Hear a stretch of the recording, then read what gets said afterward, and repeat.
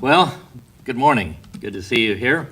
I'd like to turn your attention to the book of Galatians. This is a story of the apostle who had preached God's free grace and the sacrifice of Jesus Christ on the cross, that we might have a path of salvation that we couldn't earn on our own. And then, after he leaves, the Judaizers came in and said, it's all well and good that you Gentiles want to be Christians. However, the thing is, he's the Jewish Messiah, and you know that all of the first Christians, all of the disciples and then the apostles, they were all Jewish, so you need to become Jewish to receive true salvation. You need to convert to Judaism. You need to receive circumcision in the flesh. You need to start participating in the celebrations and the rituals of Judaism. Paul then fires off most of his letters, are stamping out fires and writing these things as quickly as he can to get it to them, finding somebody that's going to deliver this. He didn't have a postal service that, you know, it's always amazing to me. We complain, and rightfully so, we complain about the cost of mail going up and all this kind of stuff, but still, you know, we send things to California and it's still costing us like less than $1. And so if you just walk up to somebody, would you take this to California for me? I'll give you $1. No, I'm not going to do that. So kind of a deal, you know, they've got it set up. So, but they didn't have that. So somebody was making the dangerous trip and they would trustworthy. And would you get this to this person? So he puts this together. He's been crafting the arguments to bring them out. So far, we've seen the greeting and the occasion and theme, their defection from pure grace to law-keeping salvation.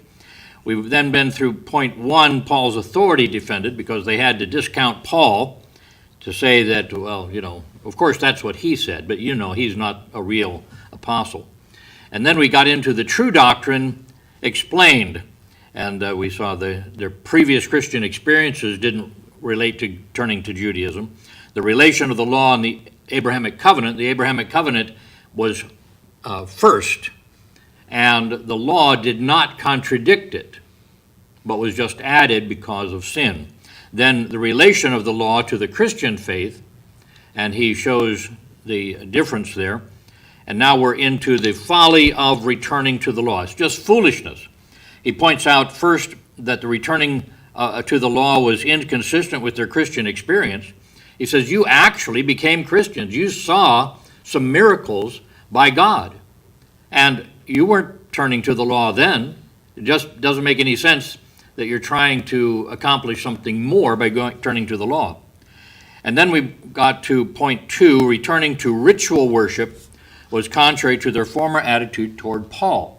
He says, I was explaining it as carefully as I could, and you shouldn't have turned to this. So he had pointed out, point A, that the Galatians had not turned against him before, and that they had received him as an angel of God. We find for the first time, it wasn't accounted in the book of Acts, the history of his visit there, that he was ill. One of the archaeologists knew the area, said very likely he got COVID. No, he got malaria from the lowlands. It was very common there, and would go to the higher ground of Galatia to recover. And so malaria, with its possible flu-like symptoms, chills and shaking, and even diarrhea and a bunch of other things, maybe even a yellowing of the skin. He might not have looked like the prominent preacher that everybody wanted to listen to, but he says, you were so kind to me. You were like an angel, I was like an angel of God, and you received me, and it was like you received me as you would Jesus Christ himself. Well, then he turns to this, that Paul's truth, it was not hostility. He says, am I therefore become your enemy because I tell you the truth? He says, I haven't changed, you have. Your attitude toward me was one thing, now it's another. And he says, so what changed? Do you think that my telling you now that you're wrong makes me an enemy? Now, the words here are interesting because the word enemy means first hated, odious, hateful. Then it came to mean somebody who acted on their hatred, and it was active hostility. Do you now hate me for speaking truth? Again, as I did when I was first with you. Tell the truth is actually one word in the Greek. It's a verb form of the noun truth. We have that, if you put a roof on a house, that's do you say roof or do you say roof? Anyway, put a roof on the house, that's the noun, not roof. But if you roof it, if you roof it, how do you say it? That's the noun, that's the verb form of the noun. And this is the verb form of the word truth. Because I truth you. It doesn't make sense to us, but that's what he's saying. So, do you hate me now that I truth you? He tries to clarify this, and he had a lot of experience with Judaizers. So he opens up to them what's really going on. So he says, the real enemy is the Judaizers, not me. I want you to rethink this whole experience. Verse 17, they zealously affect you, but not well. Yea, they would exclude you, and the King James Margin tells us that it might be translated exclude us, that ye might affect them. They affect you, that you might affect them. He says, they're after something. Let me explain this to you. So in Paul's many dealings, he understood not only their doctrine, in fact, he understood it better than they did because they didn't know what they were talking about, keeping the law, but also their plan of conversion, their plan of changing. The word conversion here means to just change the way they're thinking. You can convert from Christianity, you can convert to Christianity. Conversion isn't exactly the same as salvation. It's the change. Now, to explain it, he says, they zealously affect you. This phrase is emotionally charged. He's describing the emotion of it all. They show deep concern to seek you, to court you. This word affect you is to seek or to court, to lure them, to entice them. And they did this by showing deep concern. Now, whether they had deep concern was another thing, but they were showing deep concern. And so that was the zealous part. But he says, however, what they're doing is not well. They're showing you this great concern, but it doesn't help you. The word well is specifically beautifully or finely or excellently. And in this context would refer to honorably. So he says they are showing great affection for you. And they are courting you. They are acting just like somebody that wants to be your best friend, lure you in to be your best friend. But he says that's not honorable. It's not actually respectable. The show of concern was dishonorable. So what he's doing here is revealing their tactic to attack the gospel that Paul preached. So in that order, they're attacking the gospel, they're attacking Paul, who did the preaching. He says they would exclude you or exclude us. Now, and I'll explain that in a minute. But they would is to desire. They desire to exclude, and exclude means shut out. And the King James Margin here giving us exclude you could be exclude us means that it only gives the verb. They want to exclude. Now we have to decide exclude what. Is it talking about they exclude you from me or they exclude us from you? Well, as you see, then it doesn't really matter because the concept in either way is they wanted to separate them. They wanted to drive a wedge between them, the author of their salvation and the preacher of their salvation, And so they could get that wedge between them, attack him, attack his doctrine, attack his position, everything, and then get them onto their side, separate them. Now, Paul reveals their motive. Like I said, he's had experience with them. He knows them. He's talked to them, probably rebuked them. And he says the motive was that you might affect them. Now, this word affect is the same word used earlier to affect, meaning to seek or to court, so that you will seek them. You will want them. You want to date them, court them, see?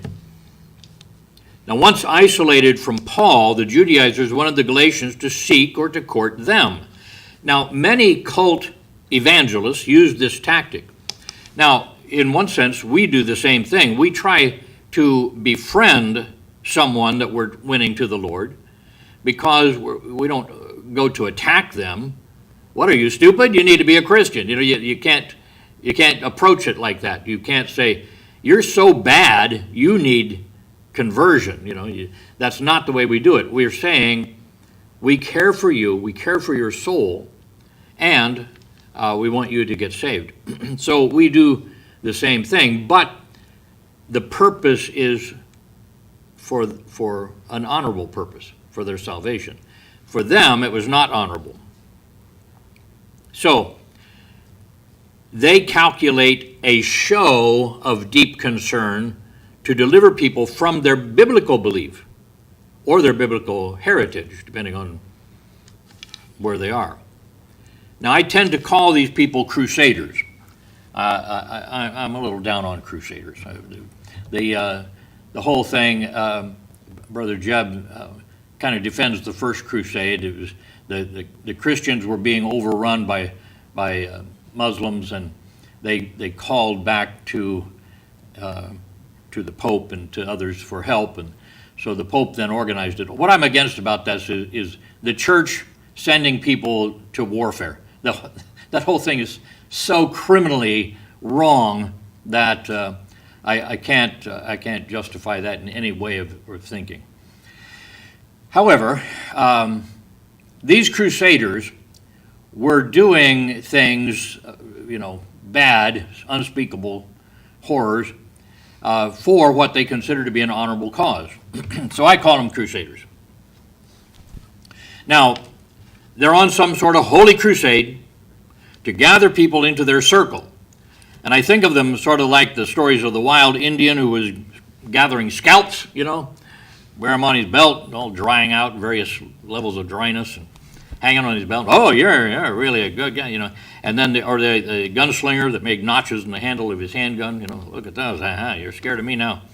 Well, these cultists rejoice in the number of people they convince to join their ranks. They're not trying to defend their truth. They're just trying to be, winning them over, listing them in, and we got them down, So he says that's what's going on here. They are treating you well. They are showing you loving concern, deep show of concern, that they might change you, to separate between us and to bring you onto their side. So they're up with their group. They're the top salesperson of the week, Now, he pauses here to say that their response to these people is understandable. He's not saying, what's wrong with you? Responding positively to people who show concern. No, he's saying, well, that's natural. That's normal. But it is good to be zealously affected, always, in a good thing. He said they were doing it to a wrong purpose. They were not doing it well. But it's always good in a good thing. Good rather than not well. And not only when I am present with you. He's implying here that he's not rebuking their response for being shown deep concern to court their favor. In fact, as he just pointed out, they had first responded to his team's deep concern with deep concern for them. He said, we came despite my illness, wanting to preach to you of salvation, offering you Gentiles something you'd never heard of. And you showed deep concern for us. He says, that was great. That was wonderful, because it was for a good thing. It was for your salvation. It was for the truth. But he says, I showed it then, and even now that I can't be with you, I am showing deep concern in my epistle here to win them back to the truth. So he emphasizes that show of a deep concern is a good thing if it leads to a good thing.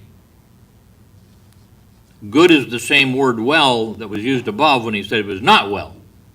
And here it is, well, good. He was saying it was not honorable, but here it is honorable when you lead somebody to truth. So using a deep concern, indeed a love for others, is God's particular way of urging others to accept the true and the honorable. So it's a good tactic, he says, and I can't fault you for responding to it. But you should have seen where it was leading, you see. In Deuteronomy, I think it's Deuteronomy 8, Moses gives the word of God to the people, saying, if you find somebody who claims to be a prophet, and whether what they prophesy comes true or not, if they are doing these magical things, but they're leading you away from the true and living God, if they're turning you away from Jehovah God, then they are evil. They're damning people's souls, keeping them from the truth. And he says you should not allow them to stay in your civilization. You put them to death, banish them out of your country. You see, you can have people that are all gracious. And we have the charismatic people on the TV, persuasive, likable people that you could be swayed by them pretty easily until you realize that it's all for the benefit of you putting their money in their pockets. These people have jet planes and limousines and all this kind of stuff, and they say, yeah, that's the way a Christian ought to live, and so you give it to us and God's going to bless you and you'll be around in limousines too. It's just a lie. The one I remember most was this fellow that got sick. You know, here's this guy who's supposed to be a healer, and he got sick. And people are saying, wait a minute, what happened here? You know, and he says, oh, I'll tell you. He says, you send in the letters of your illness, and your people that you love are ill, and I spread them out on my desk, and I laid on them for hours and hours, and I wept, and I cried over them. And the ink got wet, and it soaked into my skin, and it began to infect me, and it began to attack me. And I finally had to quit praying. I had to go to the hospital, and they had to fix me up. Well, this was impressive, you know, pretty good dedication, and there was a lot of people saying, I'm not sure ink actually does that to people, even if you were soaking in it. And so they had a team come and watch. So they watched the mail being delivered, and they saw that it never got to him, that it was taken, the paper was ripped open, checks or money was put into the thing, the rest of it was thrown away. That was it. When that came out, he said, they don't know everything. They don't care about lying. They don't care about actual deception. It's just to get them ahead. So he's dealing with this, and he says, don't misunderstand that just because somebody says something that is logical and seems to be caring for you, he says, you watch where they're taking you. Jim Jones was a preacher here in Indianapolis area that was preaching the gospel. And then it changed. And a friend of mine said he saw the videotape where he took the Bible and he threw it down on the ground and he kicked it across the floor and he said, "You don't need a Bible when you got me." Kaboom! It turned into a cult right then and there, you see.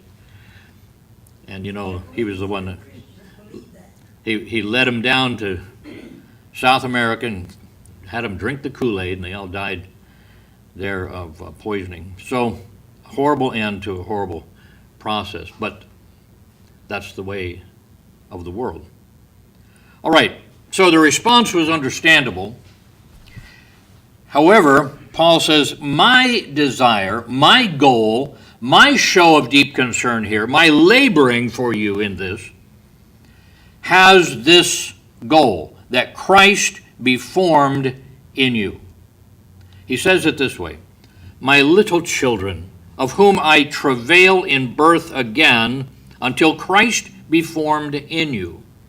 I desire, they wanted to separate, he says, I desire to be present with you now and to change my voice, change the way I'm talking, because I stand in doubt of you, or I am perplexed for you. Let's break this down a little bit. He turns to the affectionate term, Strong's teknion. Teknos is the word for child. Teknion is a diminutive. They put that little I-O-N on the end of it. That is like a cigar becomes a little cigarette. The E-T-T. A sermon becomes a sermonette, or whatever you. This was a childette.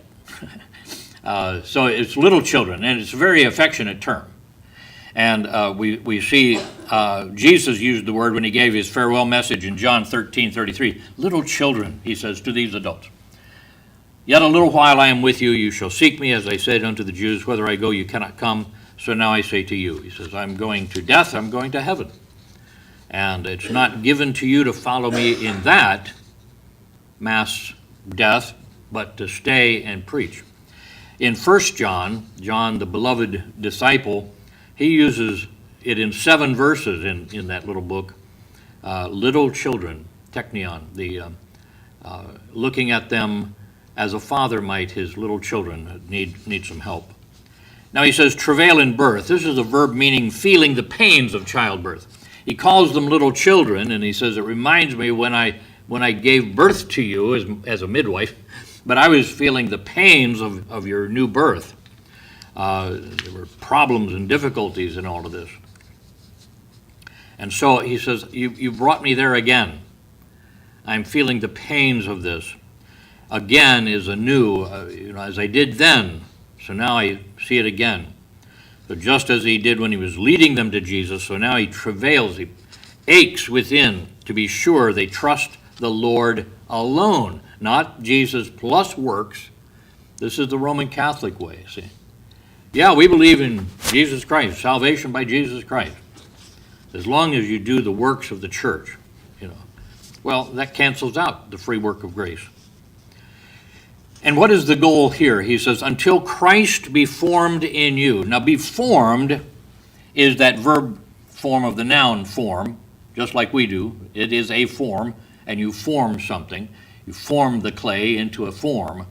But this word, you check the synonyms, it emphasizes the kind of outward form that expresses the inner essence, the inner reality. I might be ashamed to admit to you that the first thing I thought of was Dr. Jekyll and Mr. Hyde. That when the internal thing happened, it changed his form. See, not in the movies, but in the book,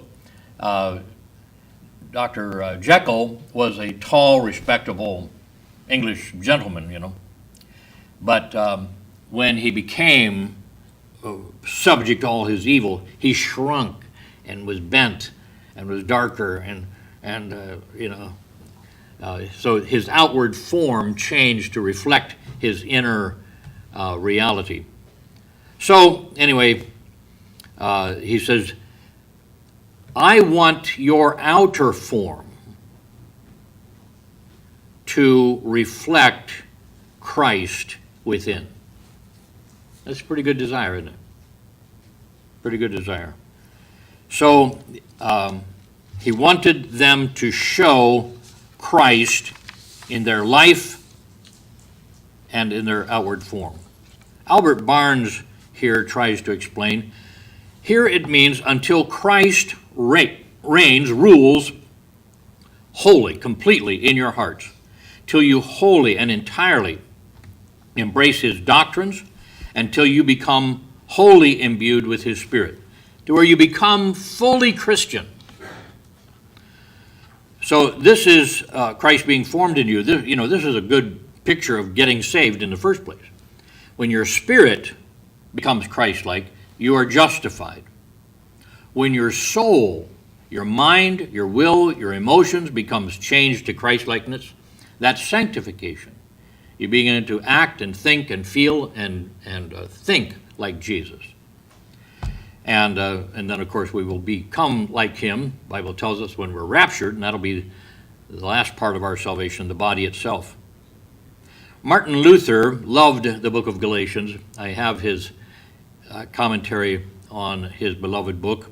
He says, speaking for Paul, I have begotten you, Galatians, through the gospel, giving you the form of Christ. But these false apostles are giving you a new form. They're changing what you look like. The form of Moses, the lawkeeper, see. John Calvin went through a lot of trials and tribulations, and he said, since the true image of Christ, through the superstitions introduced by the false apostles, had been defaced, defaced, the spray cans on the walls and stuff, Paul labors to restore that image in all its perfection and brightness. I include here John Gill because he said a lot about everything, and he expands it here. He says, now, though as he hoped this new man, new creature, or Christ, was formed in them before, when he first preached the gospel to them, yet it was not a perfect man, particularly their knowledge of Christ, of his gospel liberty, was far from being so, in which they went backwards instead of forwards. And therefore he was greatly concerned, labored exceedingly, the travail, feeling the birth pains, and vehemently endeavored, tried really hard to get them back. And I'll close with family New Testament notes. Till the new man that lives by faith in Christ be fully formed in you, so that you shall no longer be in danger of being drawn away from Christ to Judaism. So being very specific with that. All right, comments, questions?